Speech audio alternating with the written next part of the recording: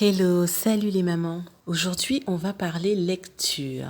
On va parler d'un outil indispensable, important, essentiel pour l'apprentissage, pour la découverte, pour l'imaginaire, pour la mémoire, pour beaucoup de bienfaits. Il s'agit du livre. Alors, on va voir ensemble comment initier le livre, la lecture, la connaissance de cet outil. On va voir dès quel âge on peut proposer les livres aux enfants, comment le faire, pourquoi le faire, par quels moyens. Enfin, on va voir un petit peu tout ça autour des livres pour les petits. Alors déjà, bienvenue sur cette chaîne, je suis Leslie. À travers cette chaîne, j'ai le souci de partager, d'échanger avec les mamans solo comme moi.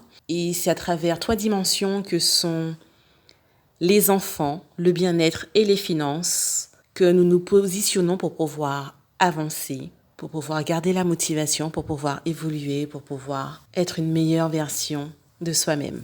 Alors si tu veux faire partie de cette communauté, de ce processus d'épanouissement, je t'invite à t'abonner vivement à la chaîne et activer la cloche des notifications qui se trouve juste en bas de l'écran à droite afin d'être informé des prochaines vidéos ou des prochains podcasts. Alors le livre est un outil magique, indispensable, un outil qui crée du lien, un outil qui a beaucoup de bienfaits, nous allons le voir, qui n'a que des avantages. Alors, déjà, quand proposer des livres aux enfants? À quel moment? Alors, on peut commencer à proposer des livres dès le berceau. Oui, tout à fait, dès le berceau, on peut commencer à proposer des livres. Alors, des livres aux enfants, et au fur et à mesure qu'ils grandiront, on adapte le support, on adapte le contenu, on adapte les textures, etc.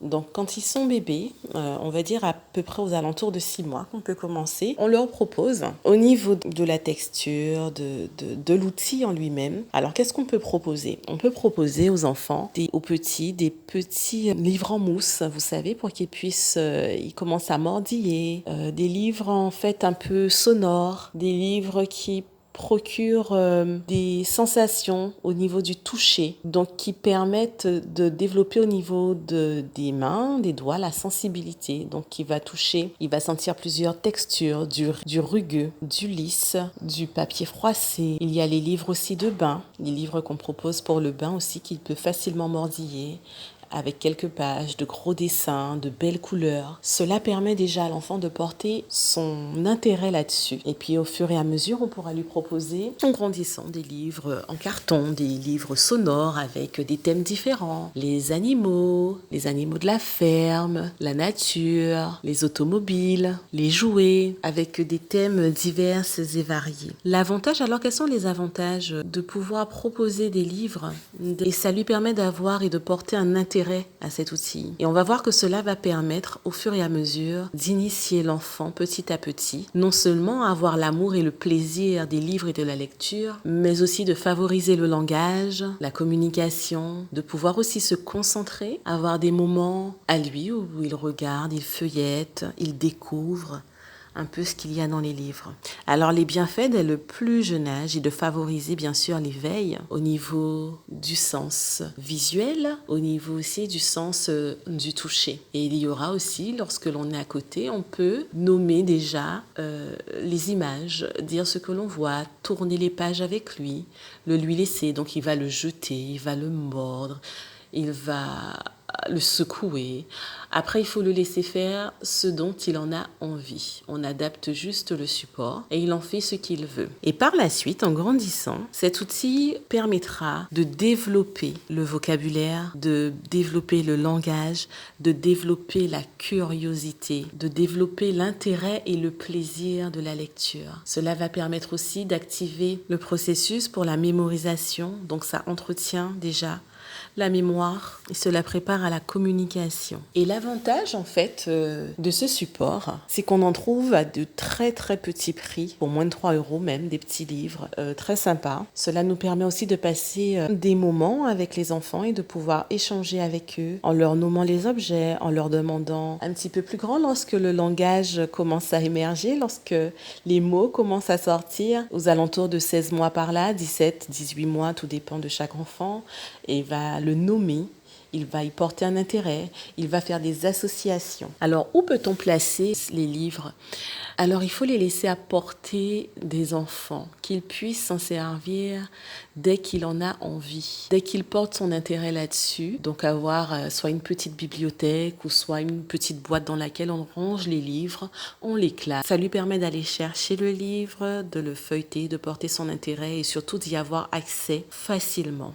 C'est un outil très pratique parce qu'on peut l'emmener partout. Lorsque l'on a un rendez-vous et qu'on sait qu'on va devoir patienter, que ce soit un rendez-vous médical, que ce soit un rendez-vous administratif en tant que parent, ou alors on peut aussi très bien se rendre au restaurant par exemple. Avoir un livre ne prend pas de place dans le sac et permet de passer ce temps en profitant, en bénéficiant de ces quelques minutes. Donc avoir cet outil dans le sac qui n'est pas très lourd, pouvoir le sortir et partager cet instant de plaisir avec notre enfant est très bénéfique. Donc en le faisant régulièrement, c'est-à-dire que chaque fois que l'on a un rendez-vous et qu'on est avec notre enfant, qu'on n'a pas le choix, on garde un sac avec des livres, et ce qui permet déjà d'associer ce moment de plaisir que l'enfant aura uniquement avec soi, où on va regarder le livre, où on va pouvoir lui lire une histoire tranquillement, doucement, et nommer les objets, etc. Et ça, on peut le faire à tout âge, des petits jusqu'à beaucoup plus grands. Et comme je disais, c'est facile à transporter. Alors cet outil est aussi très très très bénéfique pour installer la routine du soir, le rituel du coucher par exemple. C'est-à-dire que tous les soirs, alors on n'est pas obligé de le faire, mais c'est bénéfique et puis ça permet d'avoir cet instant de partage avec son enfant, de pouvoir le canaliser, l'apaiser avant le sommeil et aussi bien sûr favorise la concentration et puis pouvoir passer à une étape progressive jusqu'à l'endormissement un peu après. Donc c'est un moment de calme, c'est un moment choisi où on est bien l'un à côté de l'autre, on partage ce moment et puis on fait la lecture. Alors quand il ne lit pas encore, on lui fait la lecture, où on choisit des supports avec des petites phrases courtes où on peut nommer, où on peut partager, où on peut demander, tiens, où se cachent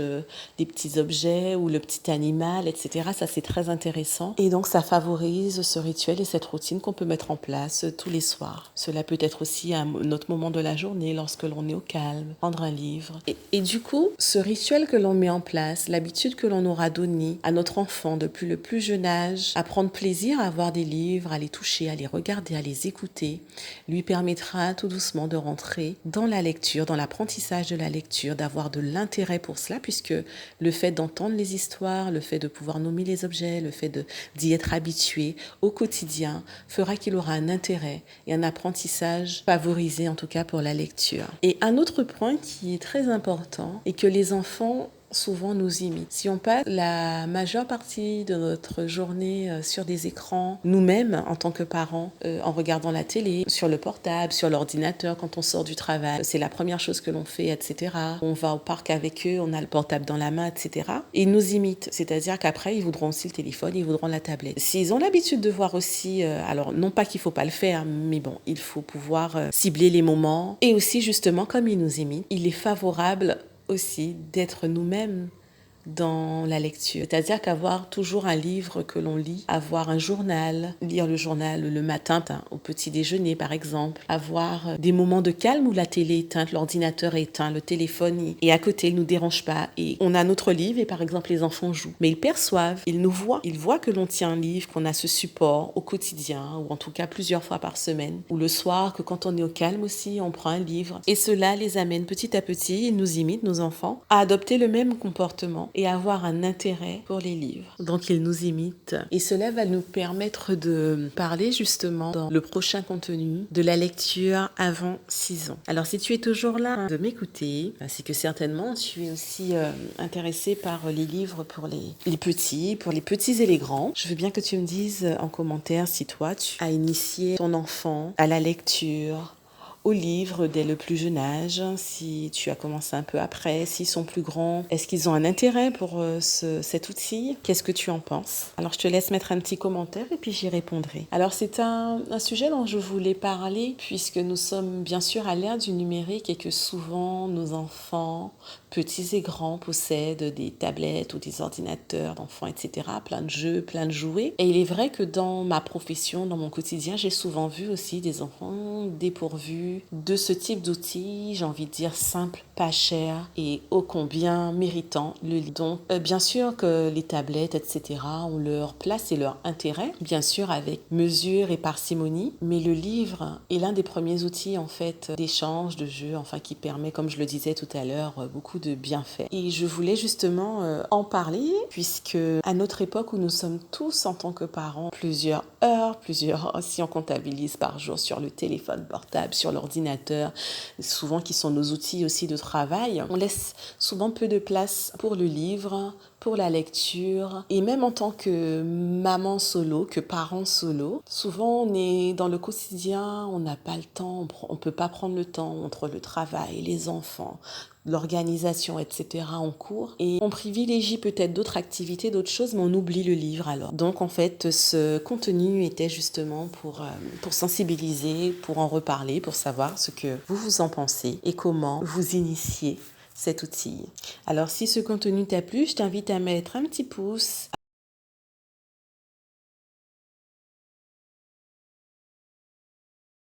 vidéo au prochain podcast. Et moi, je te dis à bientôt.